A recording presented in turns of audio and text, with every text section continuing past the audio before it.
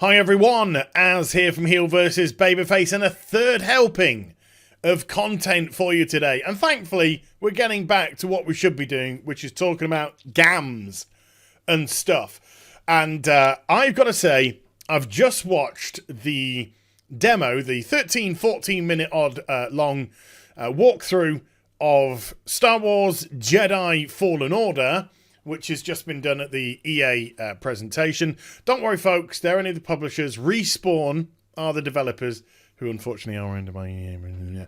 And I've got to say, I really like what I've seen. I really, really like what I've seen. And I'll kind of go into why. First of all, it is Respawn Entertainment. I was a huge fan of Titanfall 2. Thought Titanfall 1 wasn't so hot, but Titanfall 2, I thought they really corrected the game. They gave it a good story, and I loved it. Absolutely loved it. And then Apex Legends comes along, and I think it's a whole load of fun. In actual fact, I've just actually stopped playing Apex Legends with a friend to make this video, because I saw that the footage was out. And I watched the footage, and this is just... As a Star Wars fan, and as a fan of Respawn, I must say, this just merges everything together. And what they put in front of us looked damn good. Looked excellent. So, we have our Jedi protagonist, young lad. Not being patronising. When I say young lad, probably early 20s. He's got a tiny little robot, quirky little robot on his back, which is quite cute. And the first thing that we see here is very symptomatic of Respawn Entertainment. Jumps onto the side, wall walks, jumps, and then climbs up. So I was just like, okay, if we can't get a Titanfall 3 right now, then I'll settle for Star Wars Titanfall all day long. And it's just introducing some of the game mechanics. We see the return of Forrest Whitaker. This is actually Forrest Whitaker's character from Rogue One. I can't remember what it was called particularly. Rogue One was a bit of fan service. See a nice bit of boosh Jedi Force pushing as well, showing off some Jedi powers, and he's using the lightsaber, the laser sword, as a light to guide him through. It looks beautiful. As you can see, just from it graphically, it looks really, really nice. I believe it was being played on an Xbox One X, and it's got some great scope. I mean, you know, although we're going down a linear pathway in the actual gameplay itself, there seems to be a lot of verticality to it, a lot of depth to it, and everything has this great Star Wars vibe. This is set around just before A New Hope-ish, I imagine. There or thereabouts. And so it has that sort of Star Wars aesthetic that we truly love. You know, the proper Stormtrooper outfits. You know what I mean? You know what I mean? And then we get to see some combat, and he jumps down, gets involved in some combat with some Stormtroopers, uses some force pushing, and then slows down time, so he can get a good advantage, throws the lightsaber. We've got powers like that. Also got some Jedi CC as well. He can hold people in place for a while. So if you've got multiple enemies, you can lock one out and then tackle the others and then finish off. Then we've got our Jedi-specific trained troopers. You know, they've got these lightning rod type of weapons which they use to block the lightsaber, the laser sword. And they are kind of like mini boss fights, not major boss fights, like mini boss fights or just elite enemies. But then we get to see some other stuff as well. We get to see troopers fighting against huge like spider creatures here. And these spider creatures are nasty. Look, they're actually mincing the stormtroopers down below. And we've got like the Hoth troops here, but they're using flamethrowers. And you can choose whether or not to jump straight down, but you notice that you got this stormtrooper at the top, so he decides to take the high ground. Speaking of the high ground, there's a great joke later on where your guy's traversing across some scenery, and above you is like a stormtrooper scout rider area, and one of them says, "Oh, something about, oh, we should be okay here. We're in the high ground," which is a total stab at when Obi-Wan Kenobi's like, "It's over, Anakin. I have the high ground." Never mind.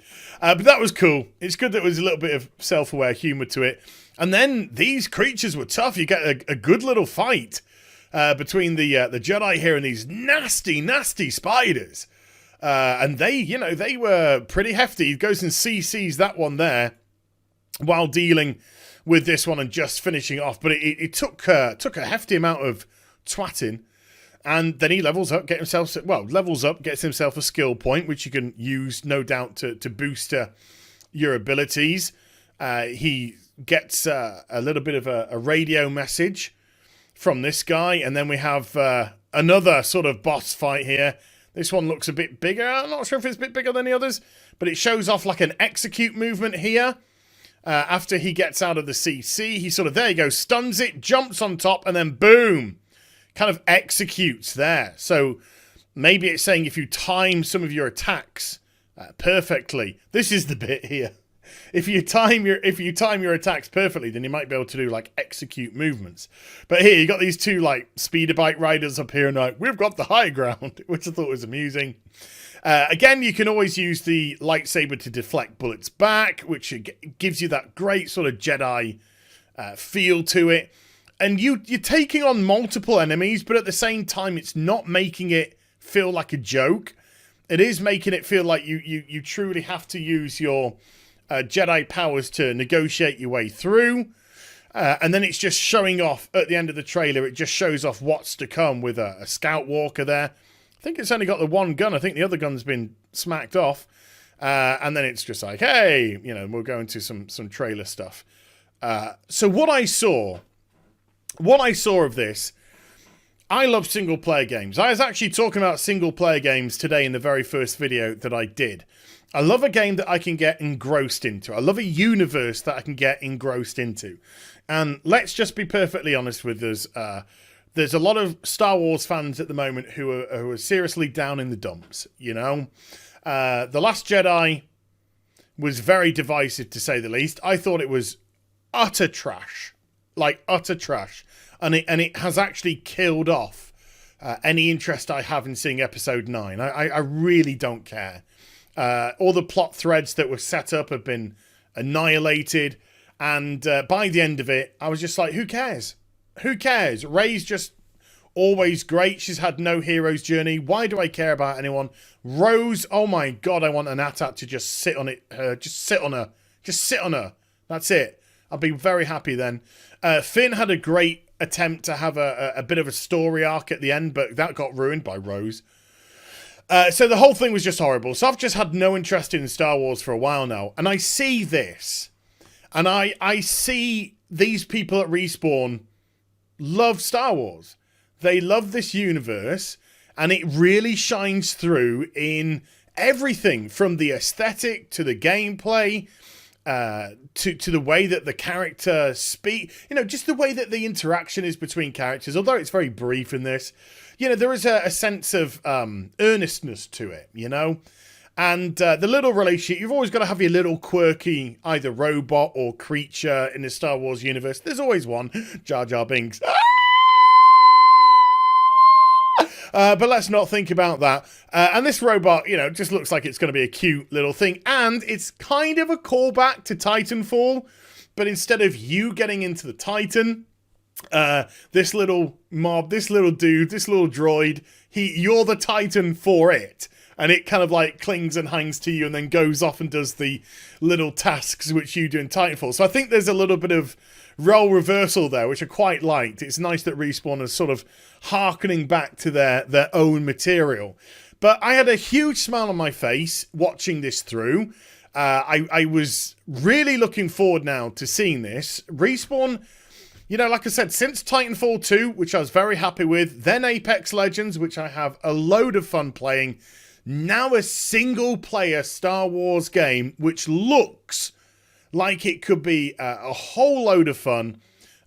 Fingers crossed with a decent story attached to it as well. which I kind of got the feeling that it might well do. I'm very happy. I think this is excellent. So, yeah, I've got my spirits up about it. It's just always sad when EA's attached, but let's just put that, aside and just appreciate what the developers have done at Respawn, because ultimately this is a Respawn project, and I think they deserve some props here. I loved what I saw. I really, really loved what I saw. I hope, I gotta say this, I hope it just comes out as a single player game only. I hope that they don't try and attach like a multiplayer to it. I hope they don't try and attach a monetization scheme to it. Sure, have a regular edition, have a collector's edition, for all I know, because I haven't looked too far into it, there might be those announced, but I hope it's just sticking to single player and single player alone. But I'm sure people might put in the comment section, no, they've already announced multiplayer as, sorry. We'll see. But there you go. I love what I saw. I'm very excited. Respawn, well done indeed. You could be on to an absolute winner here. Not bad for a generic white protagonist, huh? So I hope you enjoyed the vid. If you did, do get a thumbs up and also subscribe to the channel. Follow me on social media and Twitch for live streaming. Links are in the description box down below. I'll be back with some more stuff very soon. You take care. Bye for now.